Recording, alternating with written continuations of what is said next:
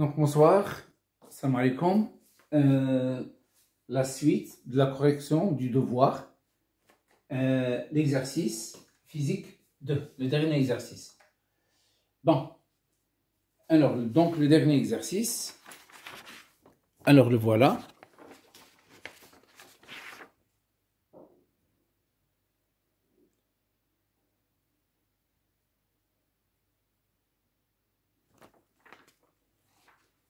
Voilà la suite de l'exercice. Donc, vous avez une courbe.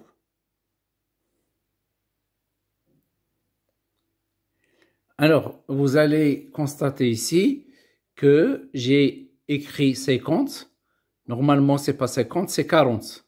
D'accord? Donc, celle-là, on va la changer. C'est 40 microsecondes par division.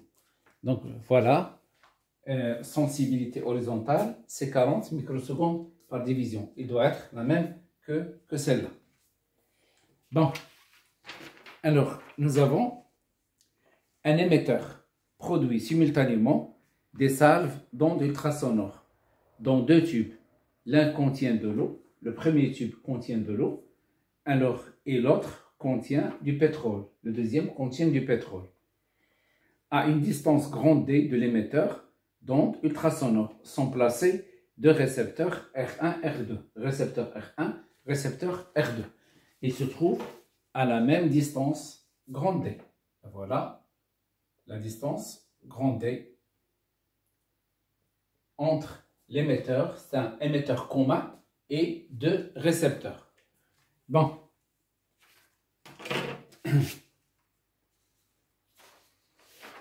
Alors, on relie le récepteur R1 à l'entrée X. Alors, récepteur R1 à l'entrée X. Ça, c'est masse. C'est la masse. Et celui-là à l'entrée Y, ça, c'est masse.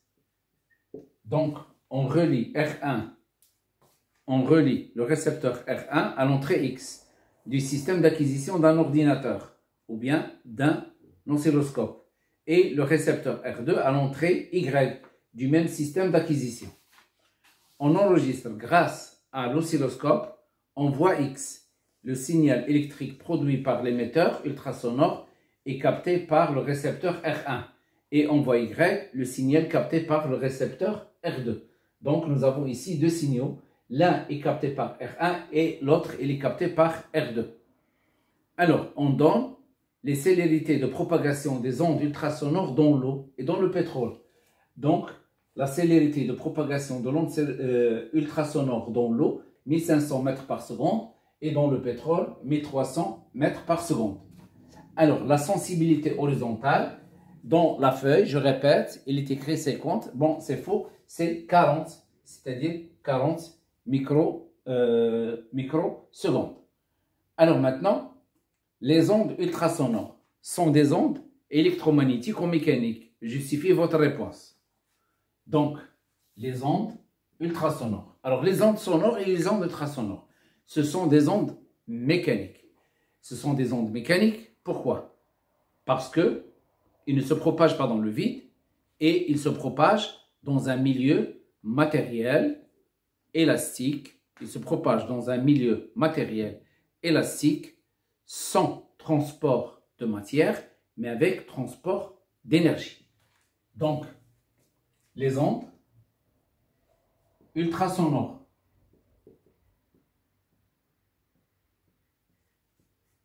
sont des ondes mécaniques.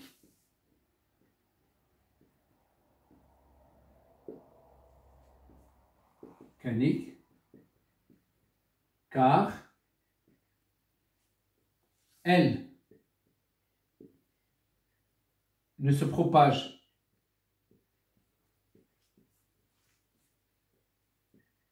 pas dans le vide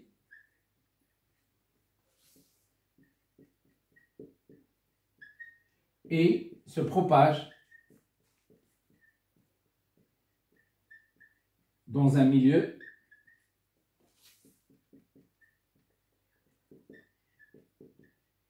matériel élastique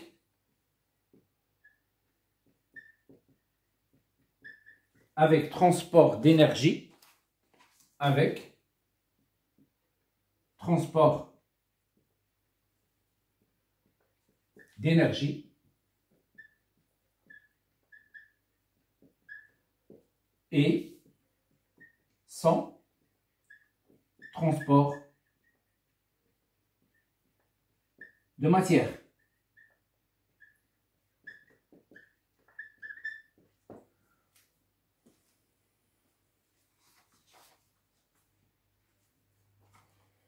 La deuxième question. Les ondes ultrasonores sont des ondes transversales ou longitudinales. Les ondes ultrasonores, ils se propagent de la même façon que le ressort. C'est-à-dire les couches des gaz, il y a phénomène de compression, dilatation, compression, dilatation, compression, dilatation, compression, dilatation. Donc, la direction de propagation est parallèle à la direction de la déformation. Donc, ce sont des ondes longitudinales. Donc, ces ondes, donc deuxièmement,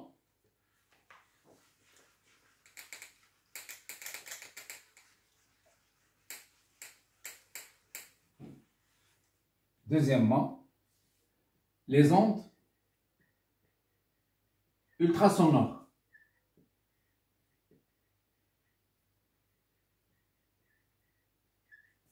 sont des ondes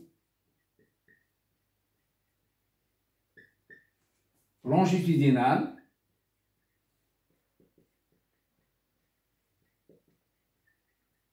Alors, pourquoi? Parce que la direction de la perturbation est parallèle à la direction de la propagation. Parce que la direction de propagation de la propagation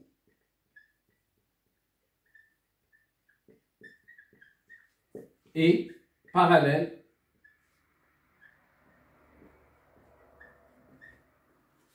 à celle ou bien à la direction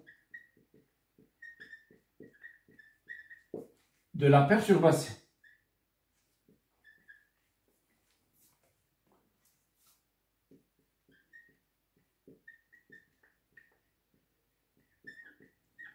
On dit perturbation ou bien on dit déformation.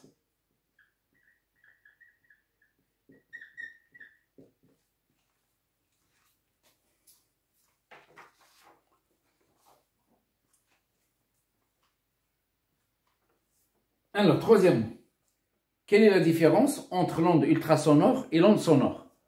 Quelle est la différence entre l'onde ultrasonore et l'onde sonore? Donc, la différence, c'est au niveau des fréquences. Ils n'ont pas les mêmes fréquences. Alors, la fréquence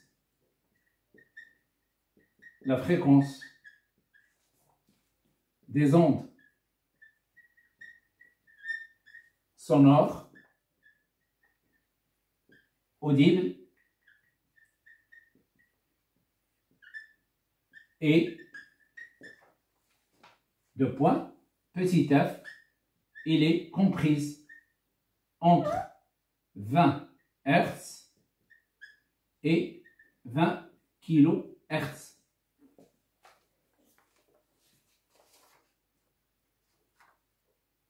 Maintenant, la fréquence des ondes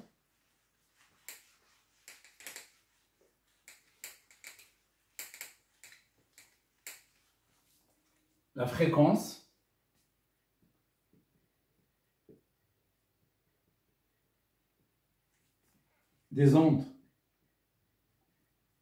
ultrasonores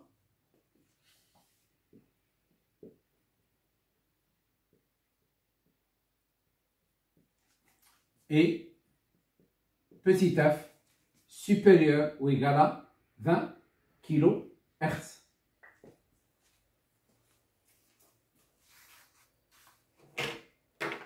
Donc, vous devez connaître ces deux définitions par cœur.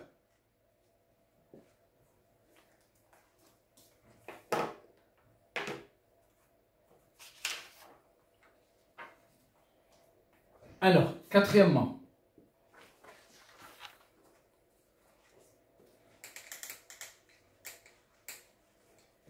quel est le signal capté par R1 et le signal capté par R2? C'est-à-dire, est-ce que A est capté par R1 ou bien par R2? La même chose pour B. Donc, nous avons le signal A est en avance par rapport au signal B. Le signal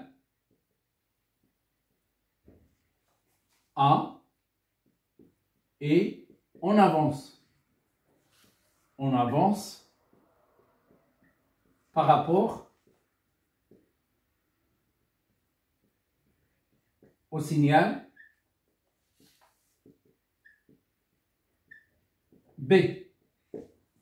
Donc, nous avons la vitesse V de propagation dans l'eau est supérieure à la vitesse de propagation dans le pétrole. Donc, l'onde qui se propage dans l'eau est plus rapide que l'onde qui se propage dans le pétrole.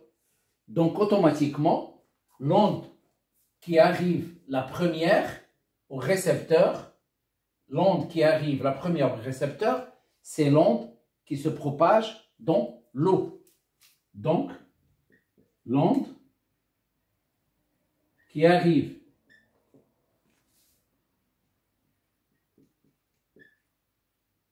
la première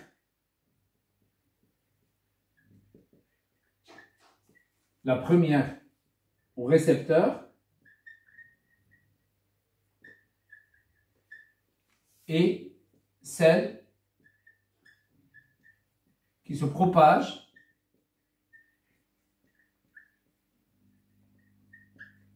dans l'eau. Donc, c'est l'onde qui est en avance.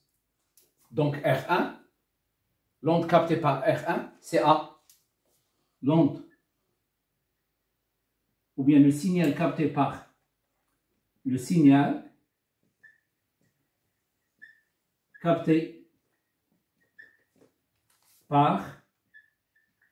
R1 et petit a. Et le signal capté par R2 est B. Et le signal capté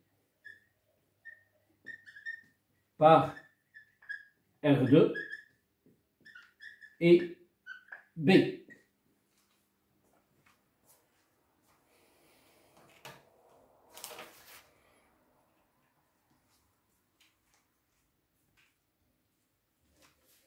Alors maintenant, à partir de la figure 2, déterminer le retard temporel taux entre les deux signaux captés par les deux récepteurs.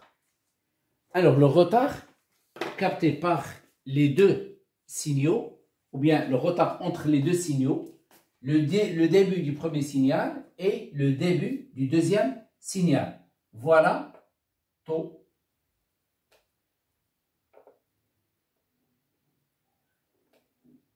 Voilà. Ça, c'est taux. Donc, en regardant entre ce point-là et ce point-là, il y a combien de divisions?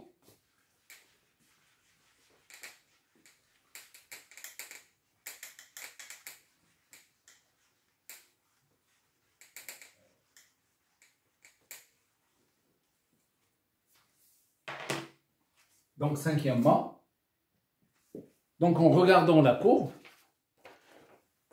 voilà la courbe. Donc, vous voyez ici, entre le début de la courbe A et le début de la courbe B, il y a 1, 2, 3 petits carreaux, 3 divisions. Donc, nous avons taux est égal à 40 microsecondes par division fois 3 divisions. Donc, ça donne taux est égal 120 microsecondes, c'est-à-dire 120 10 à la puissance moins 6 secondes. Alors maintenant, la dernière question. Montrer que taux est égal à T2 moins T1 est égal à 1 sur V pétrole moins 1 sur V eau fois D. Calculer D. Alors maintenant, propagation de l'onde ultrasonore dans l'eau. Donc, étude de la propagation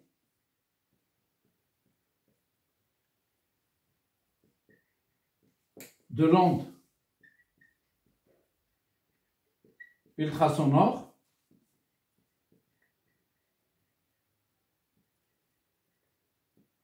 de points. Alors, premièrement, dans l'eau. Donc, nous avons VO, la vitesse de propagation dans l'eau, est égale. Donc ici, il part à l'instant T0, il arrive à l'instant T1. Ici, il part à l'instant T0, il arrive à l'instant T2. La distance parcourue, c'est grand D. Donc, grand D divisé par delta T1 est égal à grand D divisé par T1 moins T0. Je déplace celle-là vers le haut et celle-là vers le bas. Ça donne T1 moins T0 est égal grand D divisé par VO. Je peux déplacer T0 à droite.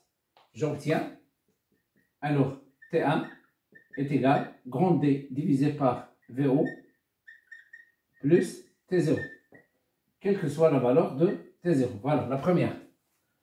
Alors maintenant, dans le pétrole.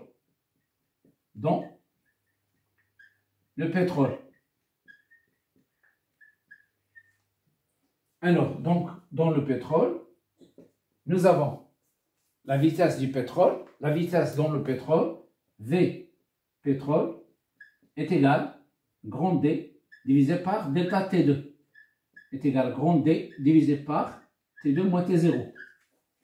De la même façon, je déplace T2 moins T0 vers le haut, V pétrole vers le bas.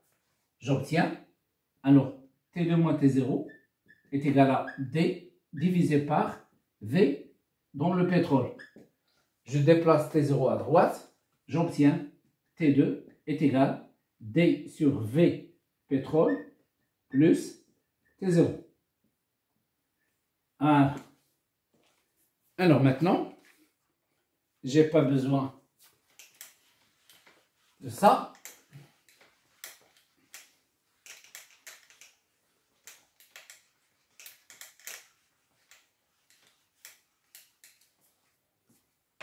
Nous avons taux,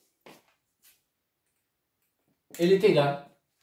Donc, puisque V pétrole est inférieur à VO, donc T2 est supérieur à T1. Donc, un V pétrole est inférieur à VO. Donc, automatiquement, 1 sur V pétrole est supérieur à 1 sur VO. Donc, automatiquement, nous avons T2 est supérieur à T1. Donc, taux est égal T2 moins T1. Il est égal. Alors, est égal à D sur V pétrole plus T0. Alors, moins D sur VO plus T0. J'enlève les parenthèses. Taux est égal D sur V pétrole moins plus T0 moins D sur VO moins T0. Donc, vous voyez ici, même si j'ai laissé T0, il n'a pas d'influence. Il se simplifie. Alors, je factorise le D. Ça donne taux est égal 1 sur V pétrole moins 1 sur VO facteur de D. Voilà l'expression qui est demandée. Calculer D. Donc, d'après celle-là, grand D est égal taux divisé par 1 sur V pétrole moins 1 sur V eau. On remplace. La valeur de taux, c'est 120 10 moins 6. 120 10 à la puissance moins 6. Alors 1 sur 1300 moins 1 sur 1500.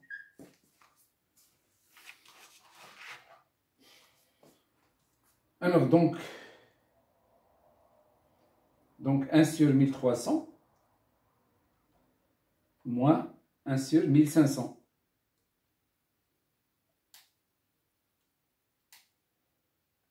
Fois 120 10 à la puissance moins 6 est égal 1,17. D est égal 1,17 mètres. C'est la fin de cet exercice. À la prochaine, Inch'Allah, pour d'autres séries.